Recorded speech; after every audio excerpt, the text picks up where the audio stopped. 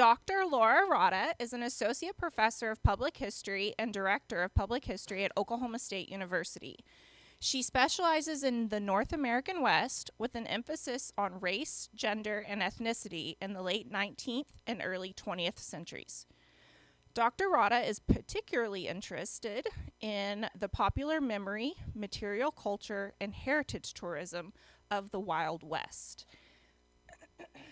As a public historian, she works in the areas of historic preservation, museums, and oral history.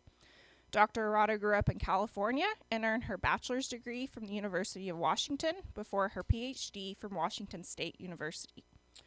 Her current public history projects include leading an interdisciplinary and community-engaged effort to save Stillwater's historic Booker T. Washington School, which she is going to talk with us about today.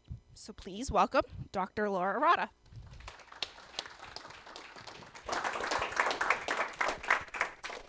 Thank you. Did I get my mic? Oh, yeah. That's good. Good acoustics. Thanks so much for having me. I feel a little underdressed now. I've been racing around my students. This is an aside from Washington School, but I took some students to Athens, Greece in early January to work with the State Department at the U.S. Embassy on a project, and their project opened last night. And I just saw the visiting guest we had off to the airport bright and early. So it's been one of those kind of days. Thank you so much for having me. Always excited to talk about Washington School.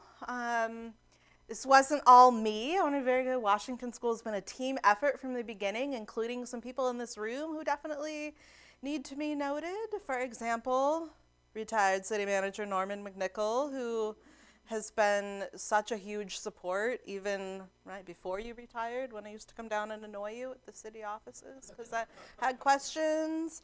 And I've spoken with a number of people in this room already about Washington School, which is great. So I have just a few pictures. That was mostly to keep myself on time because when Kara asked me to talk about Washington School, any part of Washington School could be 20 minutes. So I'm going to do my best to keep this kind of short and leave lots of time for questions, because questions about this building are always the best. So I've been fortunate.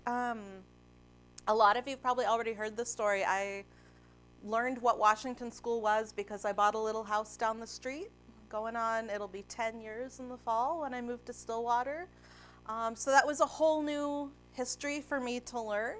Grew up in California, had never been to Oklahoma until I moved to Stillwater. And so it's really been a joy getting to know more about the school and the history that it represented.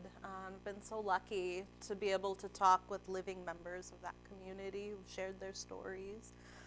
Who knows roughly the history of Washington School? How much background? A couple of Norman is like, you could come up here right now. Who lived in Stillwater when Washington School was open? It was built in 1938 into 39. So, okay. Do you have a question, or you were here? Okay, so we have a couple. I mean, it was kind of in that part of town where if you weren't looking for it, you didn't necessarily go by there a lot, right? When this school was built, it was a big deal. So like the real quick history, it was built using a lot of federal money. This is actually really exciting for our town to have a building of that vintage in which federal money was involved that's still standing. So we're coming up on the 100 years of things like the New Deal and a lot of those Great Depression era programs that were really formative in Oklahoma. There's going to be a lot of attention on that in the next few years. And we do happen to have a building that represents that, and to have one that represents Black history is really pretty rare. The consultant team that's been helping us with this project, 2020 Consulting, has sort of affirmed recently that this is probably the only standing segregation era all-Black school that was federally funded that's publicly owned. And so the fact that we have that here in Stillwater is just incredible. It's pretty unique. So, Washington School was a huge deal when it was built because it was the first time there was a high school for Black students anywhere nearby. Prior to this, they had to go to Langston or Tulsa, Oklahoma City, and you can imagine, like, that's a long drive now. You just imagine it I grew up on a ranch. Our Jeeps were all like 1940s vintage. Just imagine cruising like 35 miles an hour in one of those down to Oklahoma City. A lot of people weren't able to make that drive. So I mean, you didn't see your kids for weeks at a time if they had to go there. You were trying to get higher education. So Washington School was a big deal. So just a couple of sort of recent ongoings, happenings that we've had. After the school was transferred back to the city, thanks to a private donation, an anonymous private donation, we were able to have the first cleanup day in 2023, and that was really just sort of a trial run in a lot of ways to see how many people would turn out to support this building, what it would look like. And it was great. We had, about 70 people, I think, all total. 70 people of all walks of life, all over the community. There were little kids, like yay tall, running around picking up nails very excitedly. And I think we got Mayor Joyce to throw out a toilet at some point. Like, there was a lot of, like, hard work. And we need to have another one. There hopefully will be another one coming up this spring. But that was just a big day. It was so exciting to see everybody, sort of gathering and sharing hopes and dreams and ideas for this building. 2020 consulting, this has been a big deal for us, inviting in outside consultants who are really highly skilled, know what they're doing. Gary Sparks, the head of 2020, is responsible for restorations like Gallagher-Iba Arena and the Miami Theater, Coleman Theater in Miami, right? Some other like big name projects. They really know what they're doing. They've brought in, Stephen Ghost is here, has done some assessments, engineering work. He's like, don't call on me.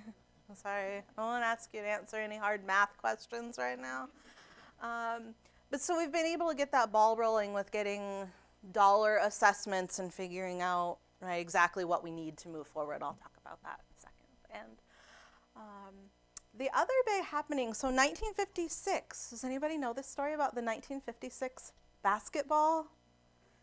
Okay, see some shaking heads, so I'm going to tell you. So in 1956, Stillwater schools integrated. They integrated pretty quickly after Brown versus Board of Education decision in 1954.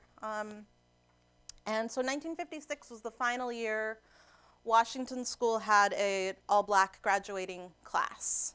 That was the final time. That year, Oklahoma also held its first integrated state basketball championships. That was the first time black and white teams competed against each other in Oklahoma. Against all odds, the little team from Washington School, who we've just learned they didn't even have enough uniforms. They were sharing uniforms all the way up till when they went to the championship game because they didn't have enough for everybody.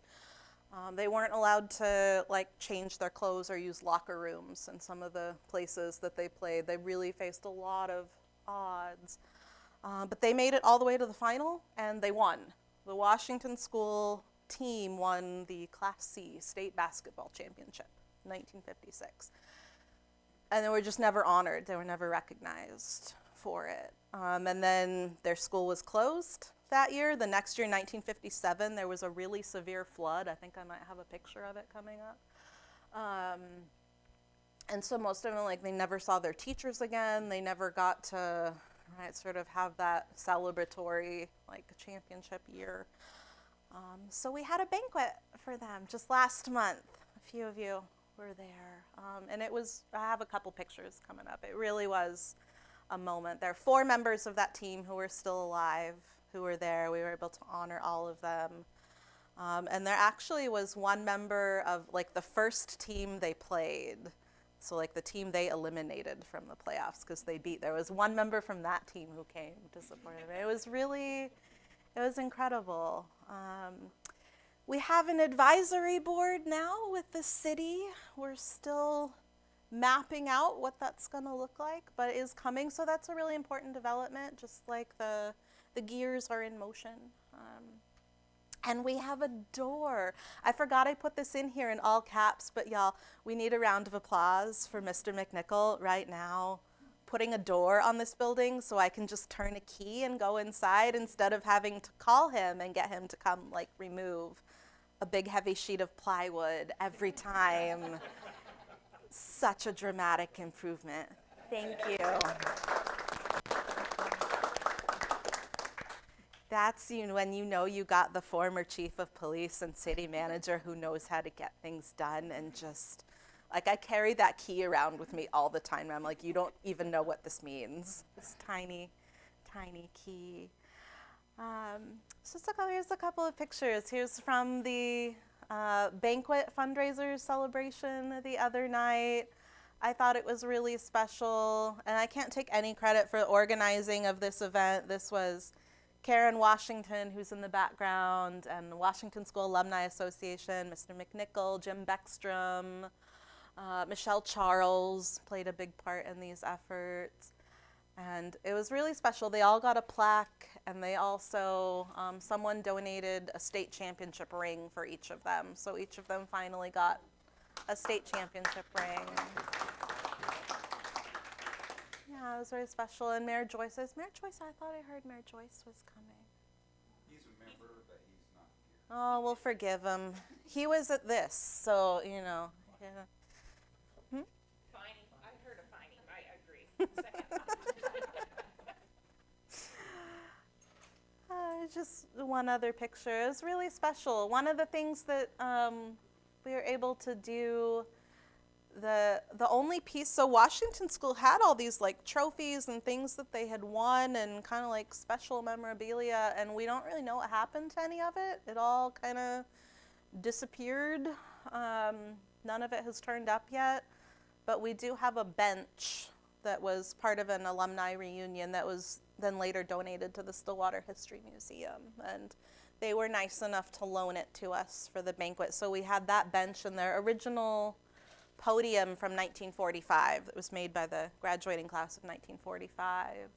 It was just a really special night, and we had reporters there from all over Oklahoma City and Tulsa and Stillwater, and it was a really special night. We had a fundraiser. I think it's okay to say how much money we raised. Yeah. So just shy of $40,000, which is getting us a really big step towards our next immediate thing is we need to get a protective roof on part of this building. So this is from last spring now, but here's cleanup day. It's just a lot of mud and dirt and old insulation and old carpet. We tore out a lot of stuff. We filled up, what was it, 2 or 3 debris? 3. We filled up. It's so good that you're here, like, to answer all these questions. Filled up 3 big debris bins, picked up a lot of rusty nails, and again, you see just in this picture sort of the range of, well, I guess I'm in this picture. I didn't even realize I was in this picture, but it was a good day, and there'll hopefully be another one of these coming up. So there's just a little bit of a sense inside. There's some sort of newer walls that were put up. This particular space that you're seeing here, it's hard to see when you go in now because it's really dark, but was the community library for the Black community. So, and we're learning now that Stillwater Public Library would actually donate them books. So Black residents didn't feel welcome to go to the public library and get books in the 1940s, 50s. But the library would bring books to them, essentially. And they considered that a really valuable partnership and a really valuable thing that Stillwater Public Library did. Look, I even got a picture of it. Is that just... I can't tell you enough good things about how exciting it is to have this lock. I've got it. You have to finagle with it a little bit. I feel like I understand it now. Like we've worked out our relationship, this lock, and it's great. So thank you again. And just a couple things are happening. So Katie Eastman is a reporter in Tulsa. Her husband teaches at OSU, and they live in Stillwater, so she's very invested in our community. She's filming kind of a special that's going to premiere hopefully in the next couple weeks. So she's gone out a bunch of times and met with different students, gone into the school, talked with some alumni. She was at our banquet the other night. She actually recorded all the speeches for us that each of the 4 surviving members gave. So hopefully that's a really good little piece that kind of shines some light on our community. And I just had to include this picture. It's amazing. Every time I pull up to Washington School and all my students are there, and there's just this line of cars in the back of the school, and it's so fun to see that as opposed to just an empty parking lot. There's some of my students a couple weeks ago. Ignore the guy in the front who's like just over. It's hard to see him. He's small. That's good. So we've had a lot of time on site. And then just the last thing I wanted to mention, I am working on still research, want to thoroughly document the history of this building and make sure that that history is available for the community. And I've worked my way back, so I'm working in the territorial records now to document kind of the history of this site and how it's been used over time. This is just one example. I thought this was cool. It's a really early record, so 1872. This is the plat map when Stillwater's still in Indian territory, and Washington School is down in that lower corner of Section 23, kind of right where Stillwater Creek comes up and puts it in the 0.1% of flood zone for our city. It's a true story. It's like the 0.1% of Stillwater. We're probably never going to be able to totally keep it from flooding. Stephen and I used to go back and forth on this, like years ago when we were both on the Stillwater History Museum board, and I would be like, surely we can fix the flooding. And he was like, no, you can't fix the flooding. I'd be like, yes, we can. And he'd be like, my master's degree in engineering is telling me that actually. But I think we're at a good place. One of the things we've been talking about, I don't know if it's the direction that will ultimately be taken, but flooding is an important part of this story. So maybe there's a way to just acknowledge and prepare for that. We'll be able to prepare for floods when they happen. So we'll see. So this was a fun little finding. This is from the only copy we've managed to find of the Washington School student newspaper. It was called the Washington Review. And it's just talking about the little library, so that very sort of dark scene that we saw a minute ago. If we go back to, so very, this PowerPoint wants me to think about my life decisions, what I'm doing. So this room that we're looking at here, that has, just like a lot of debris, a lot of things that sorry, we're going really slowly. Normally I can just there's gonna be some buildup now, so, okay. So this is a description of the Washington School Library from 1945, so about a year after they'd organized it, talking about how they have 3,000 volumes and a periodical list of 30. And I love this description. The atmosphere of the library certainly is conducive for studying. Reading tables, comfortable chairs, and sufficient light, together with a total of 6 oil paintings and watercolor paintings. Light, clean walls make for a good attraction to the many people who use these facilities. And we know that that was a large part of the community. It's not just students. So just really quickly, this finally turned up. Just kind of a note in 1938 from the news press about construction beginning. It definitely was federally funded, federal project. And McMillan Construction is known for some pretty famous buildings around Oklahoma. I think we're going to actually have kind of some more interest in that once we get a little deeper into that research. And this is my favorite piece that turned up. This is from the 40s, from one of the state representatives' files that are down in Norman, that other school that we don't mention up here.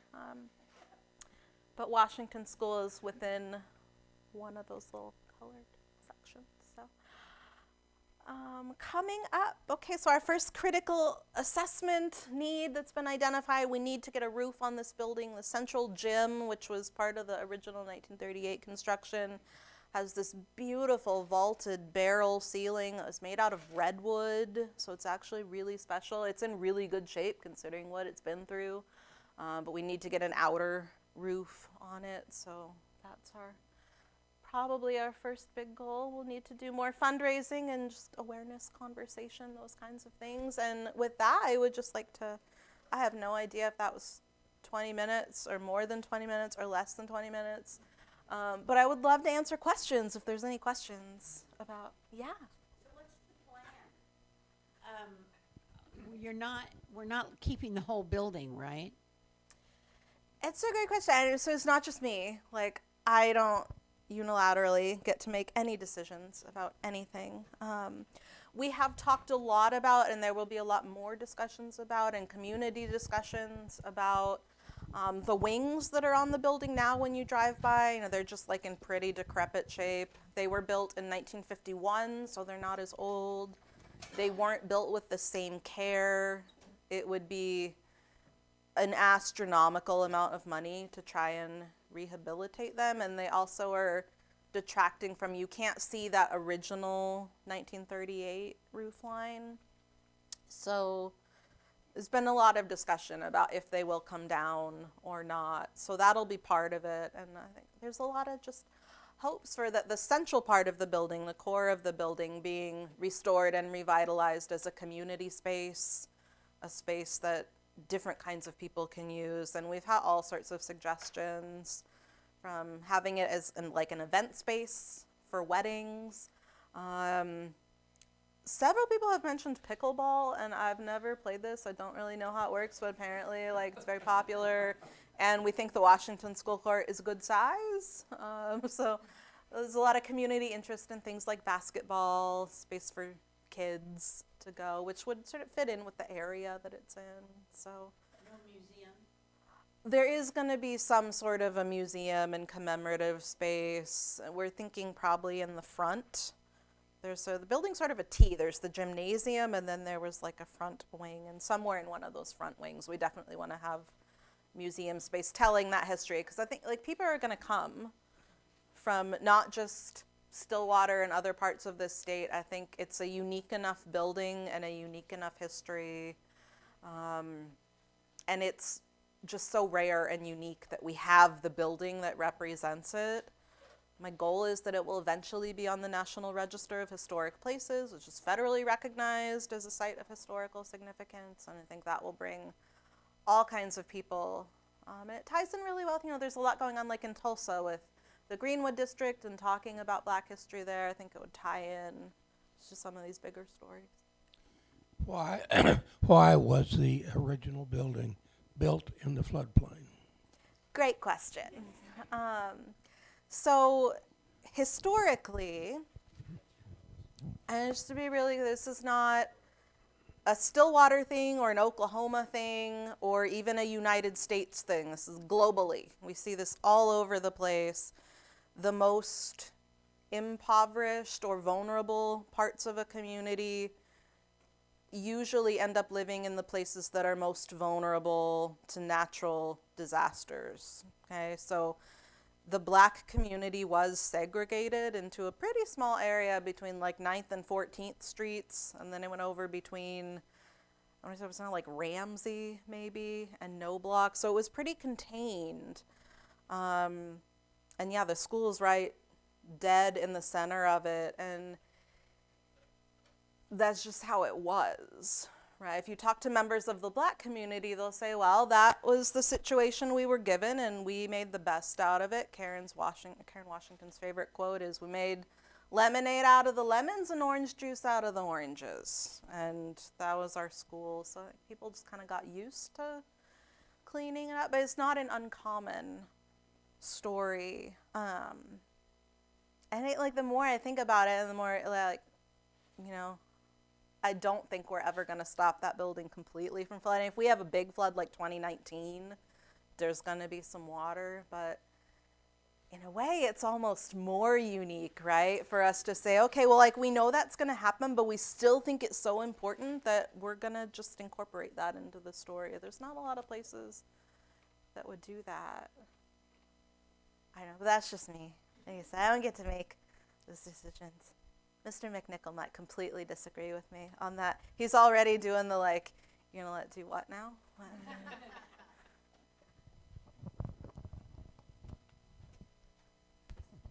What grades were in the school, and did it change with time?